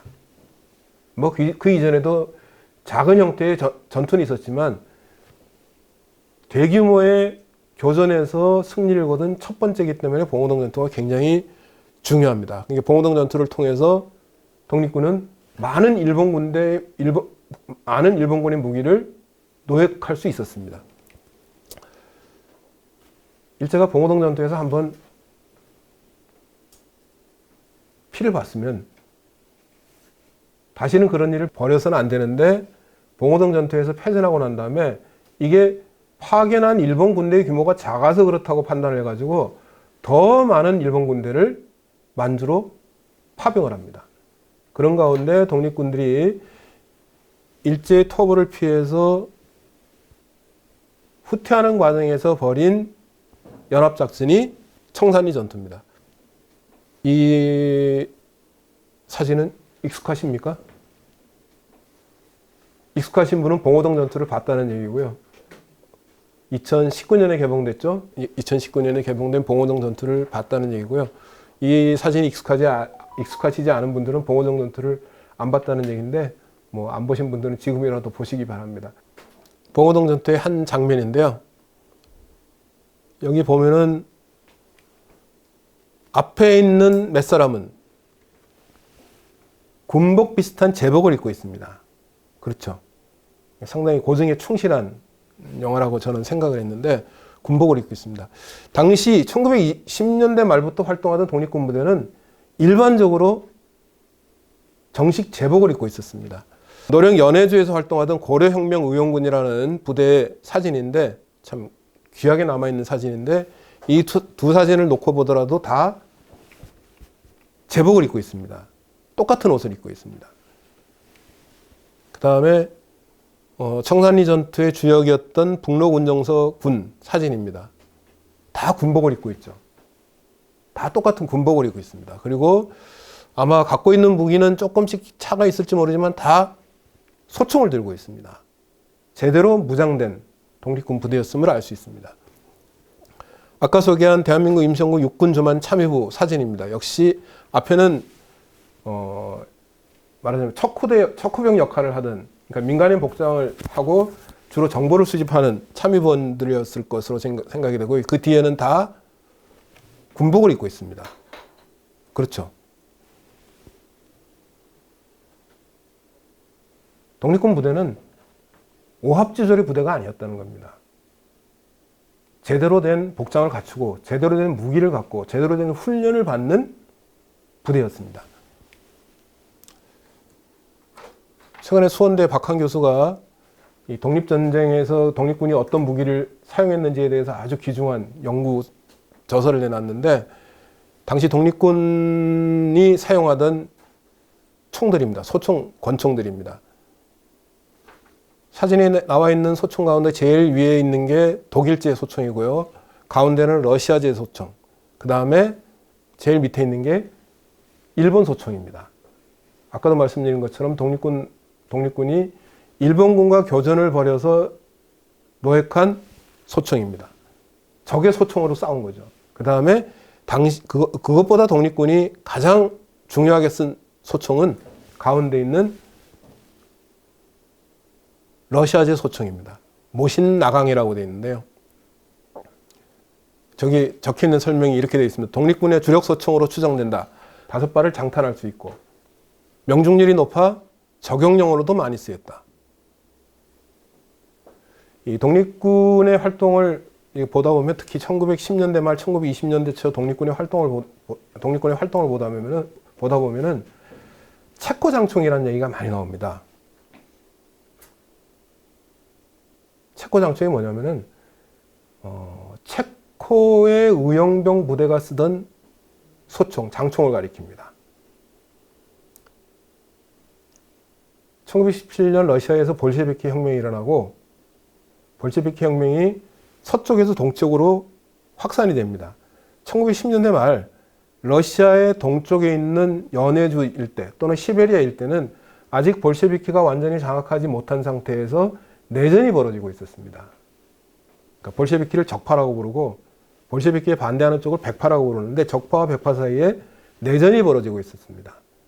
그때 이 백파를 지원하기 위해서 제국주의 열강이 나섭니다. 그리고 백파가 자신들만의 힘으로 적파와 맞서 싸우기 힘드니까 용병을 고용합니다. 그래서 체코 군단이라는 부대가 백파의 용병으로 시베리아 내전에 참여합니다.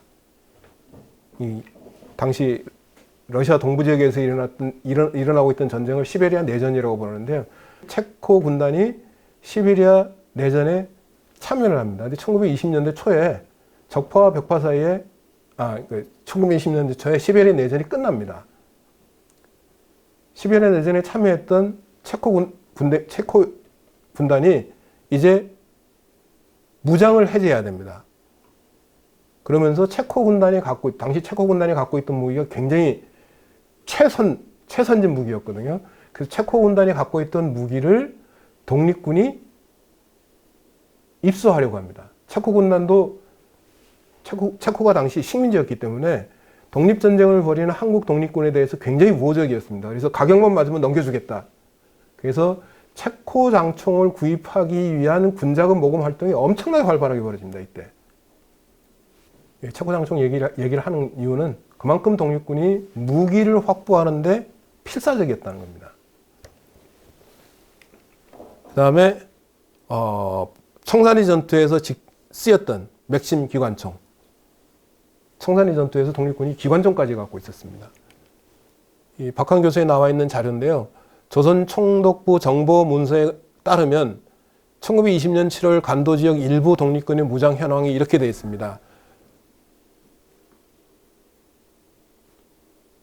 대한군정서, 서해를 지도자로 하는 대한군정서 군대가 북로군정서 군대하고 이어지는데요. 대한군정서가 인원은 1000명인데 소총 장총은 1800정입니다. 이게 일제 정보 문서이기 때문에 얼마나 정확한지 모르지만 일제가 파악한 바로는 그렇습니다. 독립군 부대원은 1000명인데 총은 1800정입니다. 독립군 부대원보다 더 많은 총을 확보하고 있었다는 얘기입니다. 대한국민의 군대 500명인데 군총 400정. 대한북로 독군부 300명인데 800정. 대한북로 사령부 통검도 부대 300명인데 군총 200정. 대한광복당 200명인데 군총 150정. 대한신민당 인원은 200명인데 군총 160정. 대한의민단 300명인데 군총은 400정. 그러니까 거의 1인 1총입니다. 독립군 한 명이 소총 또는 장총을 하나씩 갖고 있었다는 얘기입니다. 상당히 무장이 잘 됐다는 얘기입니다.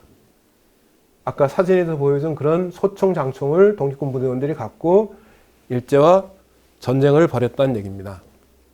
심지어는 대한군정서의 경우에는 대포를 도입할 예정이라고 되어 있습니다. 실제로 대포를 도입하지는 못한 것으로 보이지만 대포까지도 갖추려고 했습니다.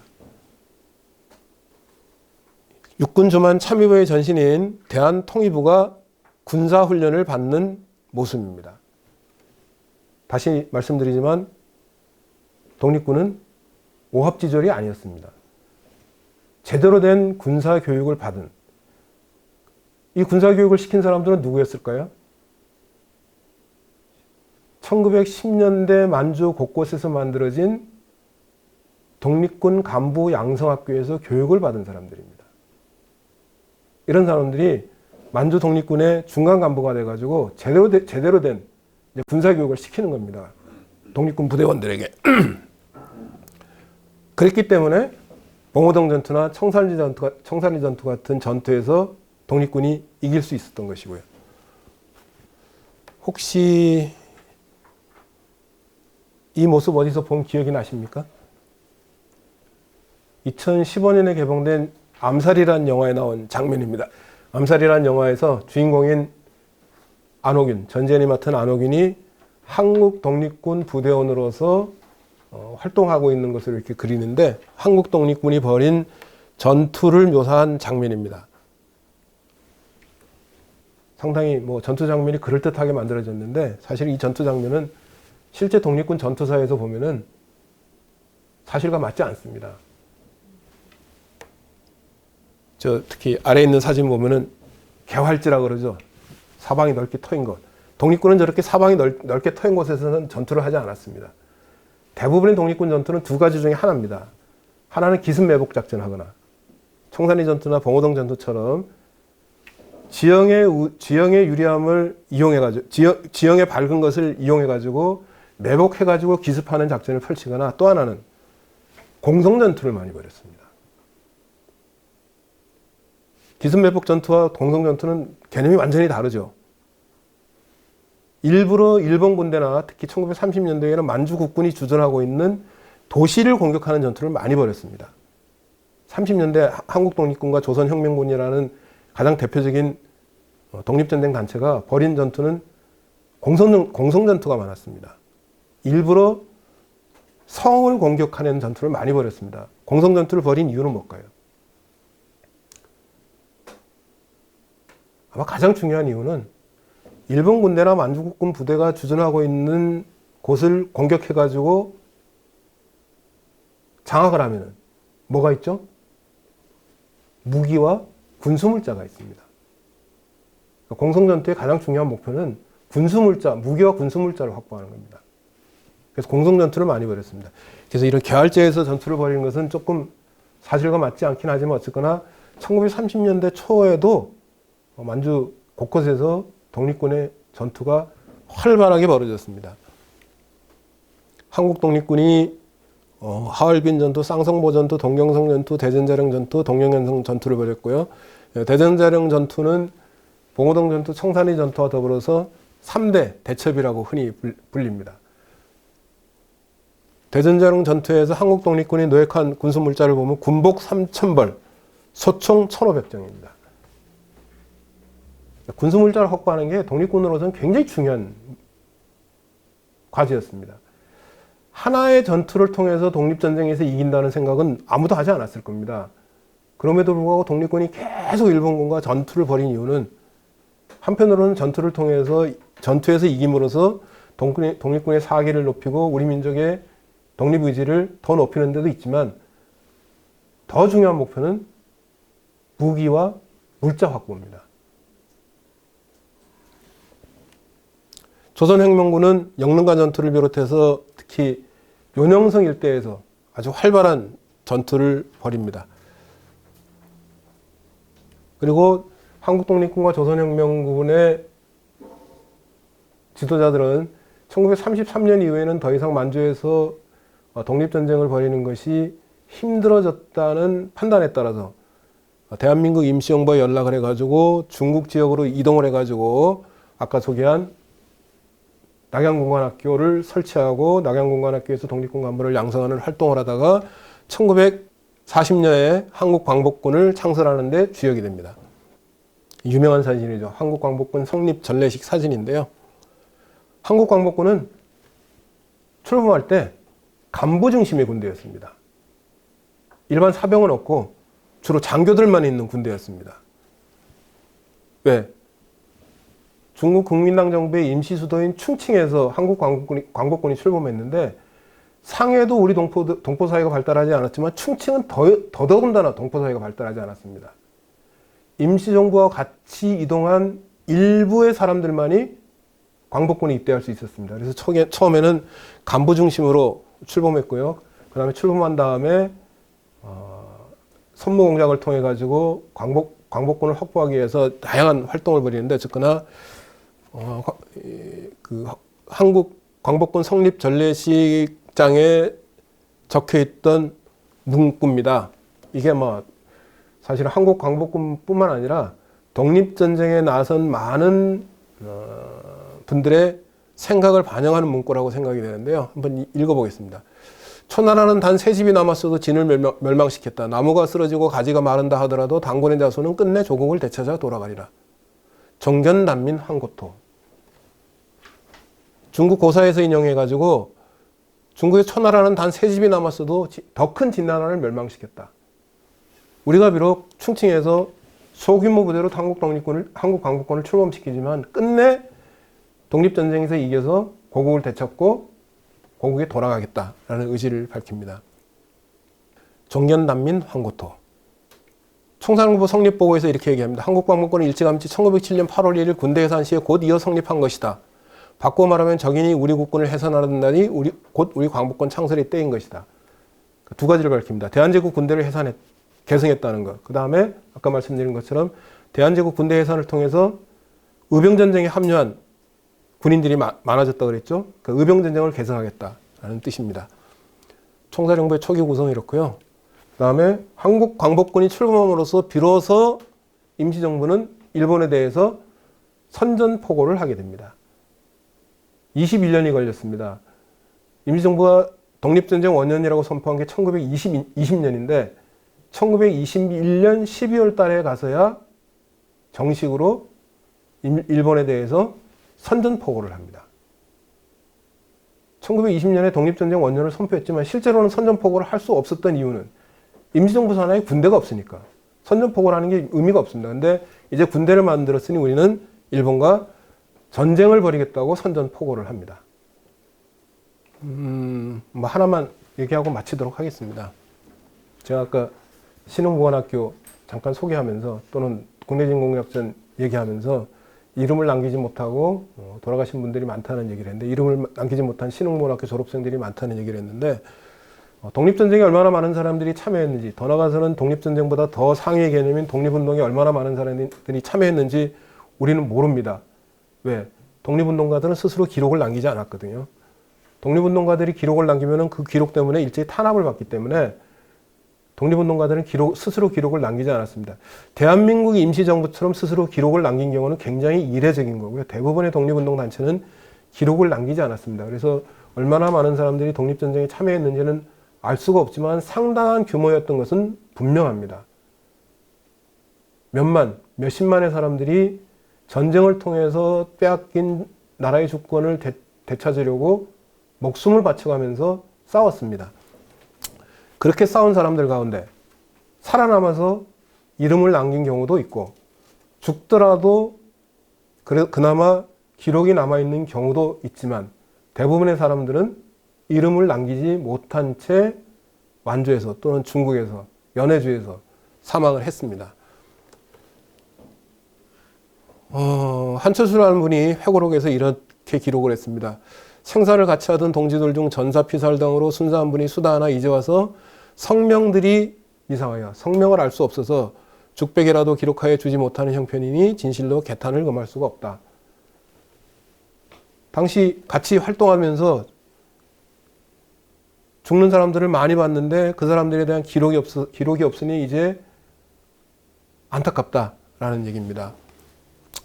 그래서 임시정부에서 1939년 11월 21일 임시의정원 30일의 임시회의를 통해서 11월 17일을 순국선열 기념일로 제정을 합니다.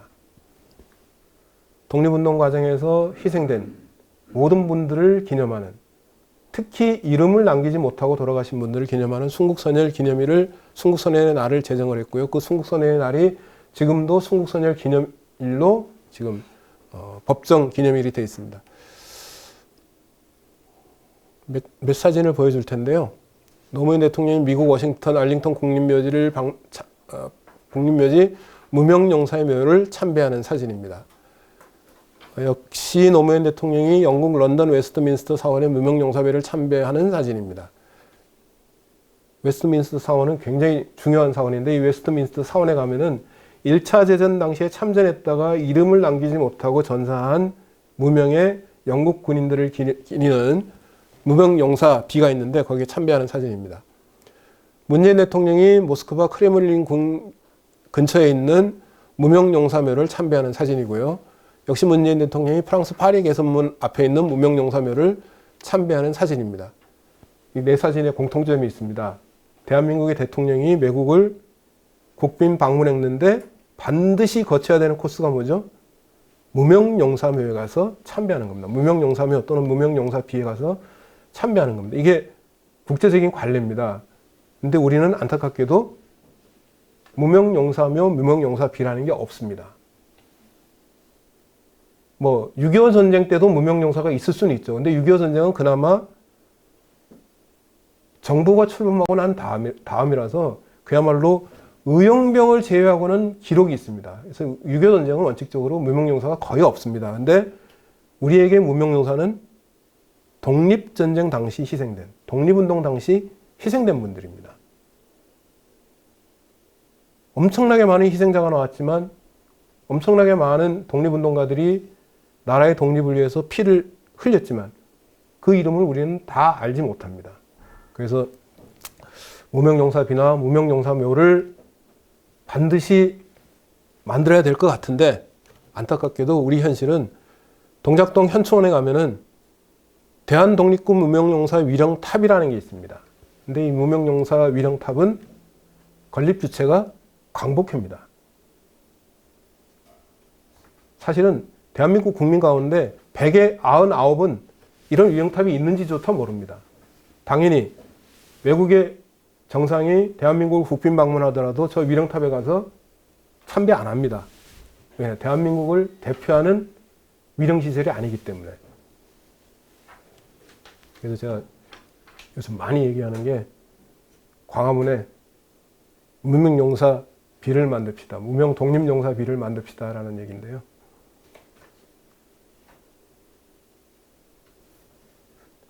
다시 한번 강조하지만 독립전쟁은 이름을 채 남기지 않은 수많은 독립군의 희생과 헌신을 통해서 수십 년 동안 지속이 됐습니다.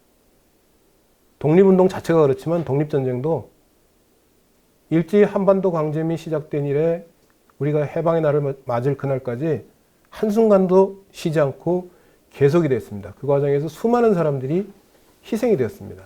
그 희생된 무명의 독립전쟁 용사들을 기억하는 것은 홍범도 장군을 기억하는 건 못지않게 중요하다. 이런 말씀을 드리고 싶습니다. 제 강의는 여기서 마치겠습니다. 고맙습니다.